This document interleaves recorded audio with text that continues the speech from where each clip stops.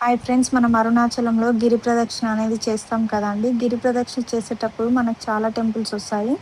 ఆ వచ్చిన టెంపుల్‌లో ఒక టెంపులే ఇది అండి. ఈ టెంపుల్ పేరు ఆది అన్నమలై టెంపుల్ అండి. ఇది పురాతన ఆలయం. ఇది ప్రసిద్ధ అరుణాచలేశ్వర ఆలయానికి 100 సంవత్సరాల ముందు కొండకు ఉత్తర దిక్కున నిర్మించబడింది అండి. ఇది అరుణాచలం మరియు అరుణాచల క్షేత్ర పురాణం.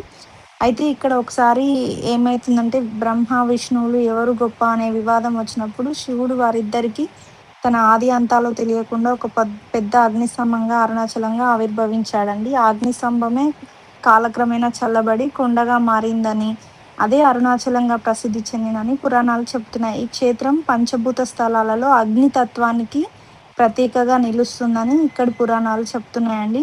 ఇదంతా టెంపుల్ బ్యాక్ సైడ్ అండి. అసలు ఇది టెంపుల్‌కి కన్‌స్ట్రక్షన్ జరుగుతుంది కాబట్టి అది కప్పి పెట్టారండి గోపురం దగ్గర.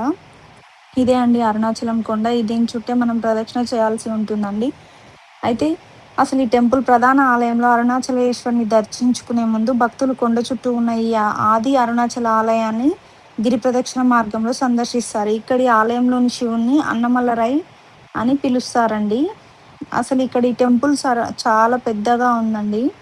అసలు ఇది 3వ తమిళ సంగం కాలానికి చెందిన కవి నక్క